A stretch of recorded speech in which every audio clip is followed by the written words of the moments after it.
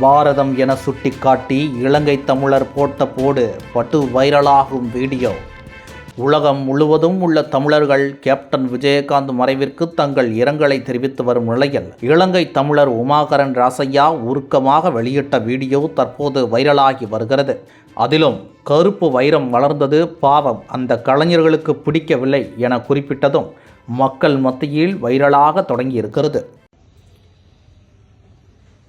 மகாபாரதத்தில் கர்ணன் வாழ்ந்தான், பார்த்ததில்லை, ஆனால் படித்திருக்கிறேன்.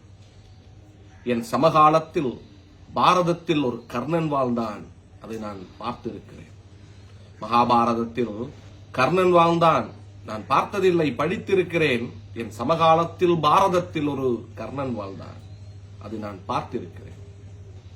நடிச்சோடி சேர்த்த சொத்தெல்லாம் அழிச்செல்லோ முடிச்சான், அழிச்சென்றால் அழிச்செல்ல உணவு அழிச்செல்லோ முடிச்சான். எப்படி?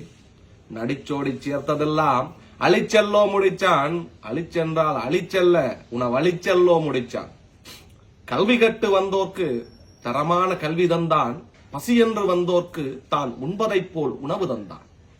வாய்ப்பென்று வந்தோர்க்கு தன் படங்களில் வாய்ப்பு தந்தான், காலன் வந்து கையேந்த தன் உயிரை கொடுத்து உறங்கிவிட்டான்.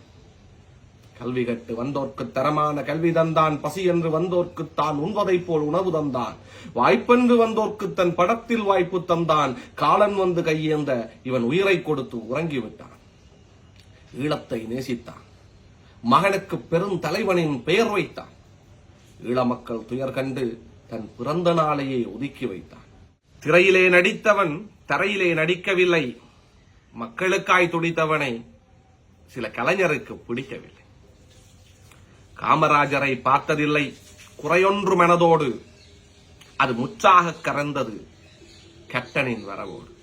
காமராஜரை பார்த்ததில்லை, குறையொன்று மனதோடு, அது முற்றாக கரைந்தது இந்த கேப்டனின் வரவோடு. எதிர்க்கட்சி தலைவர் ஆசனத்தில் கரண் சிறுத்தை அமர்ந்திருந்து சீண்டிய வேளைகளில் அது சீறிய காட்சி இன்னும் என் மனதோடு இருக்கிறது. எதிர்க்கட்சி தலைவர் ஆசனத்தில் கரண் சிறுத்தை ஒன்று அமர்ந்திருந்து அதை சீண்டிய வேளைகளில் அது சீறிய காட்சி இன்னும் என் மனதோடு நினைவிருக்கு. ஊரை அடித்து கட்டியோர் மத்தியில் உடைத்து கட்டிய ஆண்டாளழகர் மண்டபத்தை திருடனவன் தகர்த்துவிட உடைத்த அந்த திருடனின் மரணச் செய்தி கட்டும் உண்மையாய் அழுத எங்கள் விஜயகாந்தியை நாம் இன்றைக்கோ கொண்டு விட்டோம். எப்படி? ஊரை அடித்து கட்டியோர் மத்தியில் உழைத்து கட்டிய ஆண்டாளழகர் மண்டபத்தை திருடனவன் உடைத்துவிட உடைத்த அந்த திருடனின் மரணச் செய்தி கட்டும் உண்மையாய் அழுத அந்த விஜயகாந்தியை நாங்கள் இன்றைக்கோ கொண்டு விட்டோம்.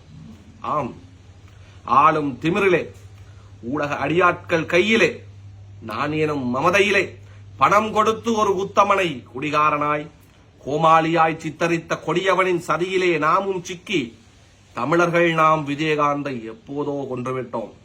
காமராஜர் விடயத்தில் மட்டுமல்ல, விஜயகாந்த் விடயத்திலும் நாம் ஒரு வரலாற்று தவறை இழைத்திருக்கின்றோம்.